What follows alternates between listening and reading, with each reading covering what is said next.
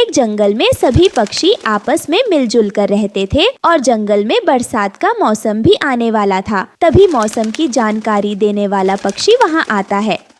सुनो सुनो सुनो, इस बार भी हर साल की तरह बरसात होने वाली है, लेकिन इस बार पहले से भी ज्यादा बारिश होगी, तो सभी पक्षी अपने लिए रहने की व्यवस्था कर लें। लेकिन सभी पक्षियों ने उसकी बात सुनकर भी अनसुनी कर दी। लेकिन टुनटुनी चिड़िया आने वाली बरसात के लिए चिंतित हो गई और उसने पक्षियों से कहा, अरे साथियों, हमें उस सिपाही पक्षी की बात गंभीरता से लेनी चाहिए और हमें अपने घोंसले पक्के कर लेने चाहिए।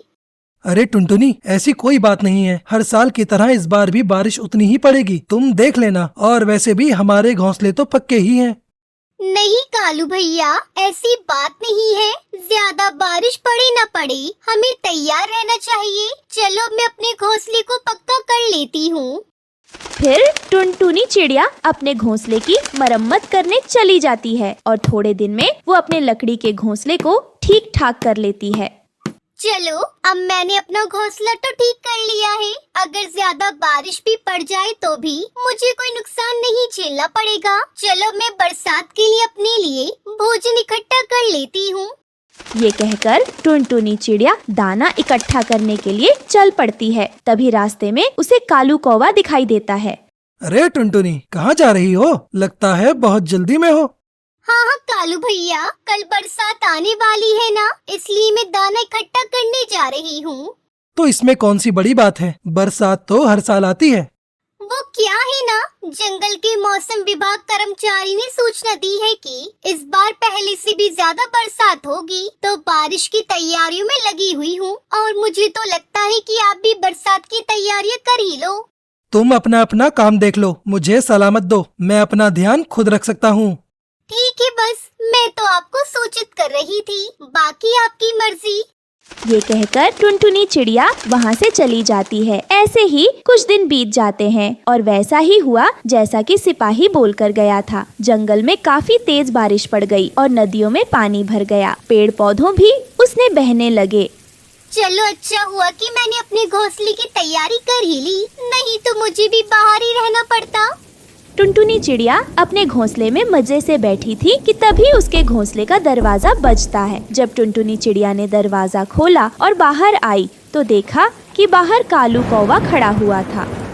अरे क्या बात है कालू भैया, आप इतनी रात को मेरे घर क्यों आए हो? तुम सही कह रही थी टुनटुनी चिड़िया, लेकिन मैंने तुम्हारी बात मजाक में ले ली। इस साल तो हर साल से भी ज्यादा बारिश पड़ गई है, इसलिए तुम आज की रात मुझे अपने घोंसले में सहारा दे दो। कल सुबह ही मैं अपना नया घोंसला बना लूंगा। ठीक है कालू भैया, सिर्फ आज के लिए मैं आपको अपने घर में सहारा दे रही हूँ। कल तुम्हें अपना घोंसला तैयार कर लेना होगा। फिर कालू कायवा अंदर आ जाता है और टुनटुनी चिड़िया के घोंसले में आकर सो जाता है। चिड़िया बगल वाले घोंसले में सो जाती है। जैसे ही टुनटुनी चिड़िया की नींद लग जाती है, कालू चिपके से उठकर उसका भोजन खाने आ जाता है। अरे वाह, मुझे तो बने बनाए घर में रहने के लिए जगह मिल गई और यहाँ भोजन भी खाने के लिए मिल गया। अगर रोज ऐसा होता तो कितना अच्छा होता। फिर कालू पेट भर के भोजन खाकर सो जाता है। सुबह हो जाती है और कालू मस्त घोड़े बेचकर सो रहा था और टुनटुनी चिड़िया उसके जागने का इंतजार कर रही थी। अरे वाह टुनटुनी, तुमने तो बहुत अच्छा घर बना लिया है। चलो अब मैं चलता हूँ। ये कहकर कालू वहाँ से चला जाता है और टुनटुनी बाहर पक्षियों से मिलने चली जाती है। बाहर सब बैठे बरसात के बारे में ही बात कर रहे थे। कल रात तो बहुत बारिश हुई थी, हमें भी टुनटुनी चिड़िया जैसा ही पक्का घर बना लेना चाहिए ताकि हमें भी सर्दी ना लगे। हाँ चलो, हम सब मिलकर अपने लिए पक्का घर बना लेते हैं। फिर सब अपना अपना पक्का घोंसला बनाने के लिए चले जाते हैं और टुनटुनी चिड़िया भी वहाँ से जा रही थी कि तभी उसने देखा कि कालू अपने घोंसला में लेटा मस्त मजे से धूप ले रहा था। तब वो उसके पास आई। अरे भैया, क्या आपने अपना पक्का घोंसला बना लिया है? नहीं टुनटुनी, मुझे उसकी कोई जरूरत नहीं है। कल बरसात ज्यादा पड़ गई तो इसका मतलब ये थोड़ी ना है कि बरसात आज भी ज्यादा ही पड़ेगी। तुम चली जाओ यहाँ से, मैं अपना खुद देख लूंगा। फिर चिड़िया वहाँ से अपने घर चली गई। ये क्या हुआ? मेरा भोजन तो खत्म हो गया और मैंने उसकी तरफ ध्यान ही नहीं दिया। ज्यादा बारिश पड़े उससे पहले ही मुझे भोजन लेने जाना होगा। ये टुनटुनी मुझे कुछ ज्यादा ही भाषण दे रही थी। मुझे कैसे भी करके इसका लकड़ी का घर हथियाना होगा। टुनटुनी चिड़िया भोजन लेने घर से बाहर चली गई। तभी कालू टुनटुनी के घर के अंदर आ जाता है और घर का दरवाजा अंदर से बंद कर लेता है। टुनटुनी चिड़िया को घर आते आते देर हो जाती है और रात भी हो जाती है। जब वो घर आती है तो देखती है कि उसके घर का दरवाजा तो अंदर से बंद था। ये कैसे हो सकता है?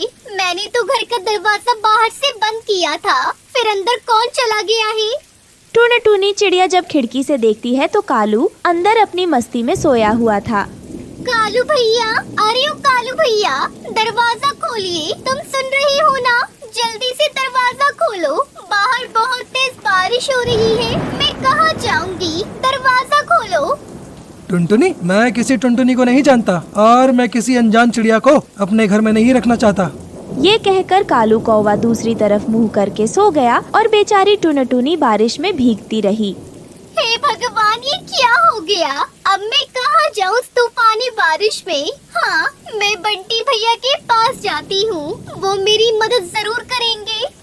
फिर उसके बाद टुनटुनी चिड़िया बंटी कबूतर के घर आती है और उसका दरवाजा खटखटाती है। तब बंटी दरवाजा खोलता है और उसे घर के अंदर बुलाता है। फिर बारिश रुकने के बाद टुनटुनी चिड़िया अपना लकड़ी का घर बनाने के खुशी खुशी रहने लगती है। हे भगवान, ये तूने क्या कर दिया? इससे अच्छा तो मैं तुझसे मदद ही ना करवाती। मैं अपना दूध खुद ले आती, तूने मेरा सारा दूध फैला दिया। वो गौरी आंटी, मुझसे गलती हो गई, आप मुझे माफ कर दो। आई बड़ी गलती हो गई, मुझे माफ कर दे। चल निकल यहाँ से, अब दोबारा यहाँ कभी मत आना। वो गोरी कौवी गुड़िया चिड़िया को फटकार लगाकर वहाँ से भगा देती है। गुड़िया चिड़िया एक बार फिर उदास हो गई। उसे जानने वाले तो बहुत ही कम थे। वो एक तोते के पास जाकर कहती है, तोते अंकल जी, सुना है कि आपके घर में शादी है। अगर आपको कोई मदद चाहिए हो तो बता देना, मैं आपकी मदद कर दूंगी। आप जो कहेंगे वो काम मैं अच्छे से करूंगी।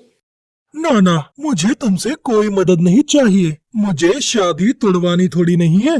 जा निकल यहाँ से, आई बड़ी मदद करने वाली। मैं कोई भी गड़बड़ नहीं करूंगी तोते अंकल, करवा लो ना मुझसे काम। ना, मुझे तुमसे कुछ नहीं करवाना। तू जा अपना रास्ता नाप।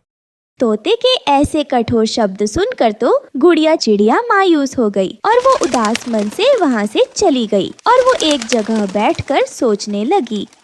ऐसी जिंदगी जीना तो बेकार है। क्या फायदा है ऐसी बेकार जिंदगी जीने से? ना तो बात करने के लिए सहेली है और ना ही परिवार। किसी की मदद करने जाती हूँ तो कोई ना कोई गड़बड़ हो जाती है और सेठ जी वो तो हर समय मुझे डांटते रहते हैं। क्या फायदा ऐसी जिंदगी से? इससे अच्छा तो मैं मर ही जाती हूँ, कम से कम कष्ट तो नहीं झेलने पड़ेंगे। ये सोचकर गुड़िया चिड़िया मरने के लिए जंगल की तरफ चली गई। जंगल में उसे एक बहुत ऊंची पहाड़ी दिखाई दी। मैं अगर इस पहाड़ी से नीचे कूदूंगी तो बचने का कोई सवाल ही नहीं है। गुड़िया चिड़िया को पहाड़ी के ऊपर से नीचे की दुनिया बहुत छोटी दिखाई दे रही थी। वो कूद नहीं पा रही थी कि तभी एक चिड़िया उसे आवाज देती है, जिसका नाम रानो चिड़िया था। रुक जाओ बेटी, ये तुम बहुत बड़ा पाप करने जा रही हो। तुम ऐसा मत करो, मेरी बात सुनो। पाप है तो पाप ही सही, लेकिन अब मुझे नहीं जीना। मैं नहीं जीना चाहती हूँ। बेटी, ऐसी क्या बात है जो तुम मरना चाहती हो? बताओ मुझे, शायद मैं तुम्हारी परेशानी का हल निकाल सकूं। फिर गुड़िया चिड़िया उस रानो चिड़िया को अपनी सारी बातें बताती है और कहती है, अब आप ही बताइए कि मैं जिंदा रहकर क्या करूं, जब मेरा इस दुनिया में कोई है ही नहीं। ऐसी जिंदगी से बेहतर मौत है। बेटी, मेरे पास तुम्हारी इस समस्या का समाधान है। आप सच कह रही हैं? हाँ, मैं सच कह रही हूँ, लेकिन बेटी पर उसके लिए तुम्हें मेरे साथ चलना होगा। ठीक है, मैं आपके साथ चलूंगी। फिर गुड़िया चिड़िया उस रानो चिड़िया के साथ एक नदी पर आती है। तब रानो चिड़िया उससे कहती है, चिड़िया बेटी, ये तुम नदी देख रही हो, ये एक जादुई नदी है। ऐसी वैसी नदी नहीं है। रात के समय में ये अपनी जादुई नदी की चमक दिखाती है। अगर तुम रात के समय में इस नदी में डुबकी लगाओगी तो तुम्हारी सारी समस्याएं दूर हो जाएंगी। ठीक है, तो फिर रात के समय में मैं इसमें डुबकी लगाऊंगी। फिर गुड़िया रात होने का इंतजार करती है और कुछ ही देर में रात हो जाती है। तब रात होने पर वो नदी चमकने लगती है। तब रानो चिड़िया उससे कहती है, बेटी यही सही समय है, अब तुम जाओ और इसमें डुबकी लगाओ। फिर गुड़िया उस नदी में जाकर एक डुबकी लगाती है और फिर बाहर आ जाती है। तब वो रानो चिड़िया उससे कहती है, बेटी अब तुम अपनी सारी पुरानी बातों को भूल जाओ और अपनी नई जिंदगी की शुरुआत करो, क्योंकि अब तुम एक नई गुड़िया चिड़िया हो जो कि अब तुम हर काम में सफल होंगी। और बेटी मेरी बात अच्छे से याद रखना, तुम हर काम अच्छे से कर सकती हो, अपने ऊपर भरोसा रखो। ठीक है रानो चिड़िया, आप चिंता मत करो, जैसा आपने कहा है मैं वैसा ही करूँगी। ये कहकर गुड़िया चिड़िया अपने जंगल की तरफ लौट जाती है। जैसे ही वो अपने जंगल में पहुंचती है तो वहाँ उसे कालू कौवा मिलता है, जो कि उससे कहता है, गुड़िया अगर किसी को काम की जरूरत हो तो मुझे बताना, क्योंकि मेरी नई चूड़ी की दुकान में मुझे एक पक्षी की जरूरत है। अरे भैया, किसी और पक्षी को क्यों, मैं खुद काम ढूंढ रही हूँ। आप मुझे लगा लो ना अपनी दुकान पर, मैं आपको शिकायत का एक भी मौका नहीं दूंगी। ठीक है गुड़िया, तो फिर तुम कल से मेरे पास काम पर आ जाना। फिर अगले दिन से गुड़िया चिड़िया कालू कौवे की चूड़ियों की दुकान पर काम करने आ जाती है। तब कौवा उसे चूड़ियों का रेट समझा देता है। फिर कुछ देर बाद वहाँ एक तोती आती है। चिड़िया बहन, मुझे लाल कलर की चूड़ियाँ दिखाइए शादी वाली। फिर गुड़िया चिड़िया उसे कुछ चूड़ियाँ दिखाती है, जिन्हें देखकर वो तोती कहती है, अरे वाह, ये सारी चूड़ियाँ तो बहुत अच्छी हैं, मैं कौन सी चूड़ी लूं? बहन जी, आपको जो जो अच्छी लग रही हैं, आप सब ले लो, आप पर सब अच्छी लगेंगी और शादी में आप बहुत अच्छी दिखोगी इन चूड़ियों को पहनकर। ये बहुत ही सुंदर चूड़ियाँ हैं। बताओ फिर आपको कौन सी चूड़ी दे दूं? हाँ, ये तो आपने एकदम ठीक कहा है। तो फिर आप मुझे ये वाली और वो पीली वाली और वो हरी वाली दे दो। गुड़िया चिड़िया की बातों से ग्राहक बहुत खुश रहते थे, इसलिए उसकी दुकान पर पक्षियों की भीड़ लगने लगती है। ये देखकर कालू कौवा भी बहुत खुश होता है। तब वो चिड़िया से कहता है, गुड़िया चिड़िया तुम तो बहुत अच्छे से काम कर रही हो। अगर ऐसे ही तुम काम करती रही तो एक दिन तुम बहुत अमीर चिड़िया बन जाओगी। फिर इस तरह गुड़िया चिड़िया चूड़ियाँ बेचकर अच्छे खासे पैसे कमा रही थी और उसने चूड़ियाँ बेचकर जो भी पैसे कमाए थे वो उनसे अपने लिए अलग चूड़ियों की दुकान खरीद लेती है और चूड़ियाँ बेचने लगती है। इस तरह वो चूड़ियाँ बेचकर खुशी खुशी रहने लगती है। दोस्तों, ये थी आज की कहानी। और हाँ दोस्तों, इस कहानी से ये सीख मिलती है कि हमें मुसीबत में हार नहीं माननी चाहिए, बल्कि उसका डटकर सामना करना चाहिए। और हाँ, आज का सवाल ये है कि कालू कौवा ने किस चीज की दुकान खोली थी? अगर आपको पता है तो कमेंट बॉक्स में लिखकर जरूर बताइए। और अगर आप हमारे चैनल पर नए हो तो चैनल को कर दो सब्सक्राइब और हमारी वीडियो को कर दो लाइक। और हाँ, घंटी बजाना ना भूलना, ताकि नई वीडियो आपके फोन की स्क्रीन पर हो। मिलती हूँ मैं आपको अगली वीडियो में, तब तक के लिए धन्यवाद।